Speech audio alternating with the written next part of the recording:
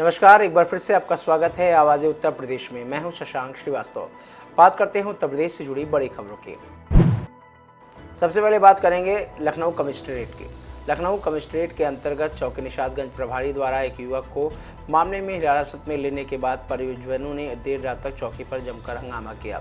आरोप है कि पुलिस ने युवक के साथ जमकर मारपीट की थी, जिसके बाद उसकी हालत गंभीर हो गई। इस दौरान उग्र लोगों ने पुलिस के दरोगा पर भी हमला बोल दिया। वहीं वीडियो बना रहे दरोगा से एक युवक ने मोबाइल भी छीन लिया। सूचना पाकर मौके पर कई थानों की पुलिस भी पहुंच गई। मामले पर बोलते हुए डीसीपी देवेश कुमार पांडे ने बताया कि मामले में सभी बिंदुओं पर जांच की जा रही है, उसके बाद कार्रवाई भी होगी। जो प्राथमिक सूचना प्राप्त हुई है यहीं पर कि कुछ असामाजिक तत्वों के द्वारा पुलिस के साथ अभद्रता की गई है और पुलिस मौके पर है, जांच की जा रही है। सारे बिंदुओं को देख करके जानकारी की जा रही है, अग्रिम कार्रवाई की जाएगी। सर कौन लोग हैं? मैंने आपसे बताया ना कि अभी सारी चीज़ों को देखा जा रहा है, सारे बिंदुओं को देखा। और मामला क्या था? सारे प्रकरण की जानकारी की जा रही है। अभी हम लोग मौके पर आए हैं और जो भी कार्रवाई होगी जाँच के पश्चात। समाजवादी पार्टी ने आज प्रदेश भर में प्रदर्शन किया। लखनऊ में प्रदेश सचिव समाजवादी पार्टी रामसागर यादव के साथ सैकड़ों कार्यकर्ताओं ने किया प्रदर्शन। प्रदेश के हर तहसील मुख्यालय पर सपा का प्रदर्शन जारी है। सपा कार्यकर्ता 16 सूत्री मांगों पर प्रदर्शन कर रहे हैं। बढ़ती महंगाई, कानून व्यवस्था, रोजगार की मांग, गन्ना बकाया मूल्य भुगतान को लेकर प्रदर्शन हो रहा है। प्रदेश में महिला अपराध पर रोक लगाने की मांग, अखिलेश यादव के आदेश के बाद बड़ा प्रदर्शन सामने आ रहा है, जिसमें बड़े सपा नेता भी प्रदर्शन में शामिल होंगे। वहीं सरोजनीनगर तहसील में भी पहुंचे समाजवादी पार्टी के कार्यकर्ता। सैकड़ों की तादाद में सरोजनीनगर तहसील पे पहुंचे हैं समाजवादी पार्टी के कार्यकर्ता। 16 सूत्री मांगों को लेकर समाजवादी पार्टी के कार्यकर्ताओं का ये प्रदर्शन चल रहा है। सरोजनीनगर तहसील के बाहर भारी पुलिस बल तैनात। चंदौली की अगर बात करें तो प्रधानमंत्री के वाराणसी दौरे को देखते हुए जीआरपी व आरपीएफ ने डॉग स्क्वाड के साथ में मॉक ड्रिल किया है। खबर यूपी के चंदौली से है, जहां पर लखनऊ एटीएस द्वारा गिरफ्तार किए गए आतंकियों और पीएम मोदी के वाराणसी को दौरे को देखते हुए जीआरपी व आरपीएफ ने बुधवार को डॉग स्क्वाड की टीम के साथ डीडीओ स्टेशन पर मॉक ड्रिल किया। इस दौरान स्टेशन के पीएचबी में एक बैग भी मिला, जिसकी जाँच में कई प्रकार की संदिग्ध वस्तु भी प्राप्त की गई।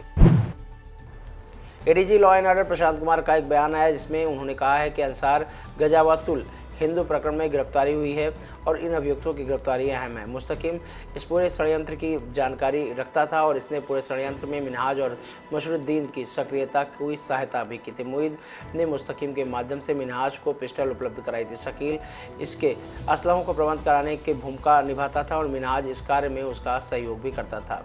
11 जुलाई को जिन 2 व्यक्तियों को यूपी एटीएस के द्वारा गिरफ्तार किया गया था, जो कि अल-कायदा के इंडियन सब कॉन्टिनेंट ग्रुप से समर्थित थे, उनसे पुलिस कस्टडी रिमांड के दौरान पूछताछ की गई और उनसे जो सूचना प्राप्त हुई है उसके आधार पे 3 अन्य व्यक्तियों को आज दिनांक 14 जुलाई को गिरफ्तार किया गया है, जिनका नाम क्रमशः शकील, मोहम्मद मुस्तकीम और मोहम्मद मुईद है।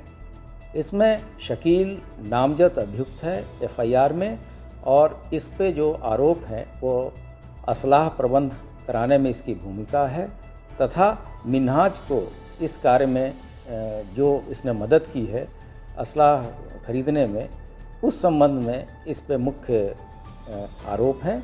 इसके साथ साथ अन्य आरोप भी इस पर हैं। बात संभल की करते हैं। बकरीद पर्व पर गोवंशीय पशुओं की कुर्बानी करना चोरी और हराम है, मदरसा प्रबंधक का कहना है। संभल बकरीद पर्व पर गोवंशीय पशुओं की कुर्बानी और चोरी हराम है। मुस्लिम समुदाय के लोग इसकी कोई जगह भी नहीं है, इसलिए मुस्लिम समुदाय के लोगों को बकरीद पर्व पर किसी भी धर्म विशेष की भावनाओं को ठेस पहुंचाने मदरसा मौलाना मोहम्मद अली जौहर के प्रबंधक मो फिरोज़ खान ने मुस्लिम समुदाय के लोगों से आगामी बकरीद पर पोस्टर जारी कर अपील भी किया। बता दें कि आगामी 21 जुलाई को देश भर में बकरीद का पर्व मनाया जा रहा है। ऐसे में संभल के मदरसा मौलाना मोहम्मद अली जौहर के प्रबंधक फिरोज़ खान ने मुस्लिम समाज के लोगों को विशेष अपील की है कि उन्होंने पोस्टर के जरिए मुस्लिम समाज में बकरीद पर्व पर गाय व गोवंशी पशुओं की कुर्बानी न किए जाने की अपील की है। फिरोज जी, आज आपने एक अपील की है कि आने वाली 21 तारीख को जो बकरीद आ रही है उस पर गोकशी वगैरह नहीं करें मुस्लिम समुदाय के लोग, तो किस तरीके की आपने अपील की है? देखें, मैं मदरसा मौलाना मोहम्मद अली जौहर का प्रबंधक हूँ और हमने मुसलमान भाइयों से ये गुजारिश की है कि वो कुर्बानी जो है कुरान और शरीयत की रोशनी में करें। हाकिम वक्त में हाकिम की इत्तबा करना, उसके आदेश को मानना जिसमें मासियतुल्लाह अल्लाह ताला की नाफरमानी ना हो, ये कुरान और शरीयत का हुक्म है। तो मैंने मुसलमान भाइयों से गुजारिश की है कि आप लोग बकरीद के मौके पर या अन्य विवाह शादी के मौकों पर भी गाय और गौवंशीय पशुओं की कुर्बानी ना करें। वो इसलिए जरूरी है कि हम हिंदुस्तान में रहते हैं और हिंदुस्तान के कानून में गाय को काटना जो है वो गलत है, और इस्लाम की रूह से भी इसलिए गलत है कि गाय के काटे जाने से हमारे भारतवासी हिंदू भाइयों की धार्मिक भावनाएं आहत होती हैं, उनका दिल दुखता है। बुलंदशहर में निपटेक ग्लोबल चिटफंड कंपनी के मालिक घोटालेबाज अशोक चौहान पर योगी की पुलिस का डंडा चला है।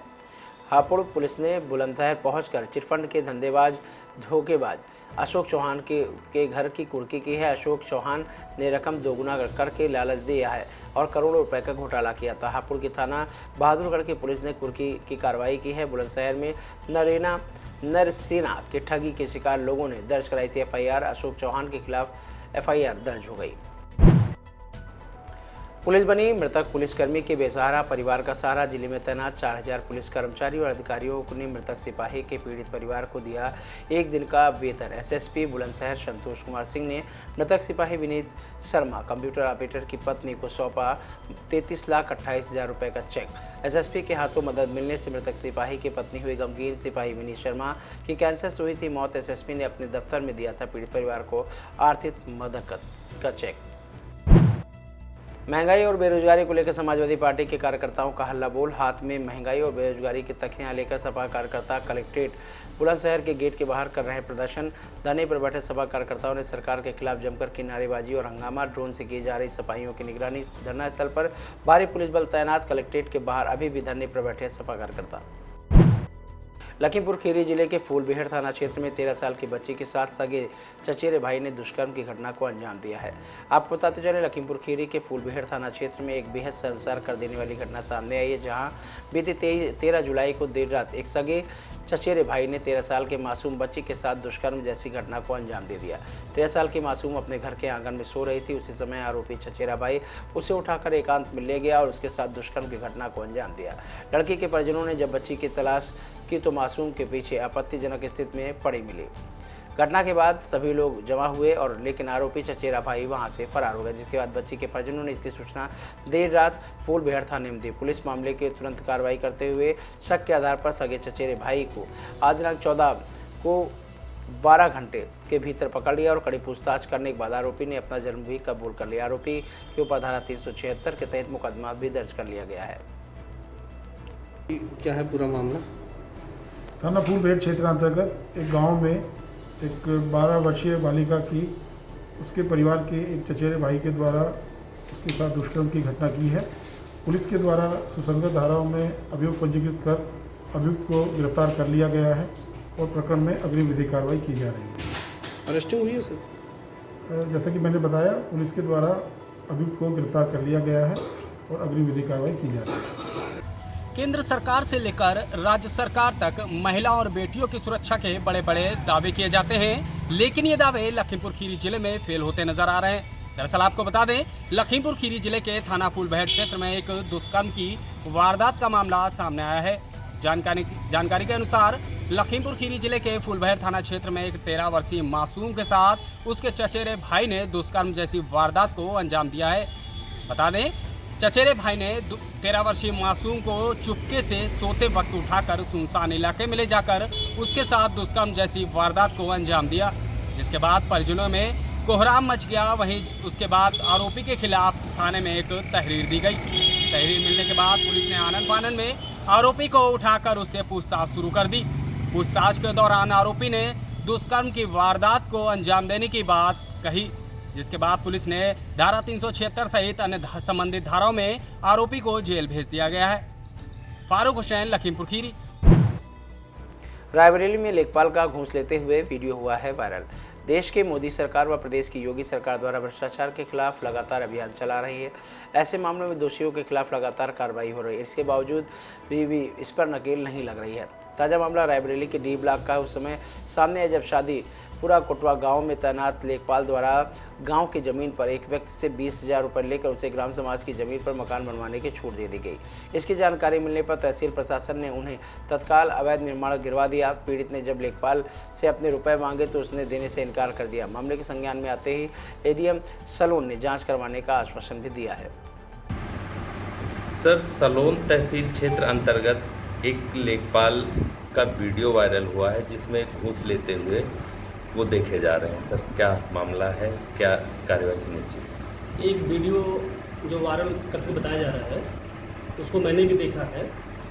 उसमें एक लेखपाल का जो चेहरा मुझे स्पष्ट नहीं हो पा रहा है, लेकिन पीछे से समझ में आ रहा है कि वो राम विशाल नाम है और वो किसी से पैसे ले रहे हैं। वो पैसा किस व्यक्ति ने दिया है ना तो उसको बारे में अभी तक कोई जानकारी मिली है, ना ही किसी व्यक्ति ने कोई शिकायत की है कि यह पैसा किस रूप में है, भ्रष्ट आचरण के लिए है या किस लिए है, इसकी कोई शिकायत नहीं आई है। ये वायरल हुआ है कि किसी गांव में अतिक्रमण के नाम पे पैसे लिए गए हैं, यह बातें संज्ञान में लाई जा रही हैं, लेकिन अभी तक किसी के द्वारा शिकायत नहीं आई है। और मैं इस मामले में संबंधित लेखपाल से स्पष्टीकरण लेकर वह कौन व्यक्ति पैसा दे रहा है, किस रूप में पैसा दे रहा है, इसकी पूरी तहकीकात करवाकर संबंधित के खिलाफ यदि कोई दोष होता है तो उसके विरुद्ध कड़ी से कड़ी कार्रवाई करवाऊंगा। कानपुर के माल रोड चौराहे पर एक ट्रक मां और बेटी की मौत बनकर आया। मोटरसाइकिल में शॉपिंग करने जा रहे मां और बेटे ट्रक की चपेट में आ गए, जिससे दोनों की मौके पर ही मौत हो गई। सूचना पर पहुंची पुलिस ने शवों को पोस्टमार्टम के लिए भेज दिया और आगे की कार्रवाई पूरी की जा रही है। छावनी थाना क्षेत्र के अंतर्गत शांति नगर के रहने वाली उषा देवी अपने बेटे जितेंद्र के साथ शॉपिंग करने जा रही थी। वो जैसे ही माल रोड नैराना चौराहे पर पहुंची वैसे ही सामने से ट्रक आ गया। जितेंद्र जब तक कुछ समझ पाता उससे पहले ही ट्रक ने उसे टक्कर मार दी, जिससे जितेंद्र और उसकी मोटरसाइकिल ट्रक के नीचे आकर फंस गई। जबकि टक्कर लगने के बाद उषा देवी काफ़ी दूर जा गिरी और दोनों की घटनास्थल पर ही मौत हो गई। सूचना पर पहुंची पुलिस ने शवों को कब्जे में लेकर पंचनामा के लिए भेज दिया। पंचनामा कर पोस्टमार्टम के लिए भेज दिया है। अब एक्सीडेंट हुआ है कैसे?